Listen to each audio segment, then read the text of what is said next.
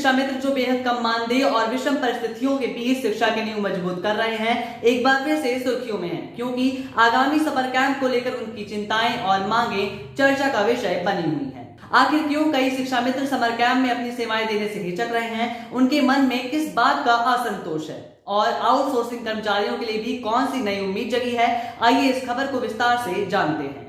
उत्तर प्रदेश के बेसिक स्कूलों में 20 मई से 15 जून तक ग्रीष्मकालीन अवकाश रहेगा। इस दौरान स्कूलों में समर कैंप आयोजित होंगे, जिसमें शिक्षा मित्र और अनुदेशकों की सेवाएं ली जाएंगी। समर कैंप में भाग लेने वाले शिक्षा मित्रों को 6,000 रुपए का अतिरिक्त मानदेय भी दिया जाएगा। ये प्रस्ताव सुनने में आकर्षक है, लेकिन कई शिक्षा मित्र इन कैंपों में शामिल होने से कतरा रहे हैं। उनकी इस हिचक की वजह क्या है और उनकी मांगे क्या है? शिक्षा मित्रों का कहना है कि समर कैंप सरकार का कार्यक्रम है और इसमें सभी शिक्षा मित्र बढ़ चढ़कर हिस्सा ले रहे हैं, लेकिन शिक्षा मित्रों ने शिकायत की है कि अगर कैंप के दौरान स्कूल का कोई भी सामान जैसे कंप्यूटर, ताला या कुर्सी गायब हो जाता है तो उसकी जिम्मेदारी उन पर ही थोप दी जाएगी, जैसा कि पहले भी होता आया है। वे कहते हैं कि बाद में हमसे हिसाब मांगा जाएगा, जो हम दे नहीं पाएंगे। उनकी मांग है कि चिन्हित स्कूलों में प्रधानाध्यापक और शिक्षक भी समर कैंप में अनिवार्य रूप से मौजूद रहें, ताकि जिम्मेदारी साझा हो और स्कूल का संचालन व्यवस्थित ढंग से हो सके। एक तुम्हारा जो है 20 मई से विद्यालय बंद हो जाएंगे जी। और 21 मई से लेकर के 15 जून तक और समर कैंप का आयोजन सरकार करने जा रही है विद्यालयों में।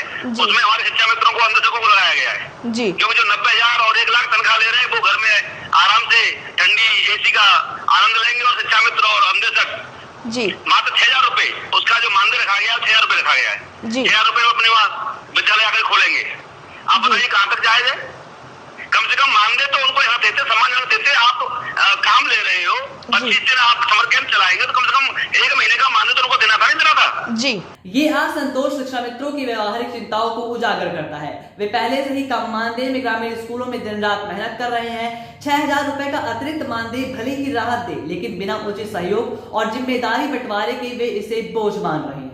उनकी मांग है कि समर कैंप में सभी की भागीदारी हो। अगर वे मेहनत कर रहे हैं तो स्कूल के प्रधानाध्यापक और शिक्षकों को योगदान देना चाहिए। ये मांग न केवल तर्कसंगत है, बल्कि शिक्षा विभाग में बेहतर समन्वय की जरूरत को दर्शाती है। शिक्षा मित्र गांवों में बच्चों का भविष्य संवार रहे हैं, लेकिन उनके स्थायीकरण और मानदेय वृद्धि की उनकी मांग को लेकर वे सालों से संघर्ष भी कर रहे हैं। लेकिन अब आगामी समर कैंप से जुड़ी उनकी ये समस्या ऐसी है जिसे त्वरित समाधान की जरूरत है। इसी बीच एक और महत्वपूर्ण खबर आउटसोर्सिंग कर्मचारियों से जुड़ी हुई सामने आ रही है कि उत्तर प्रदेश सरकार ने आउटसोर्सिंग कर्मचारी भर्ती निगम के गठन की घोषणा की है, जो मई 2025 तक के बनने की उम्मीद है। ये निगम कर्मचारियों को न्यूनतम 16,000 रुपए का मासिक वेतन, 60 वर्ष की सेवा सुरक्षा और सामाजिक सुरक्षा जैसे लाभ देगा। अभी कई आउटसोर्सिंग कर्मचारी 8,000 से 12,000 रुपए में काम कर रहे हैं। निगम निजी एजेंसियों की मनमानी भी रोकेगा।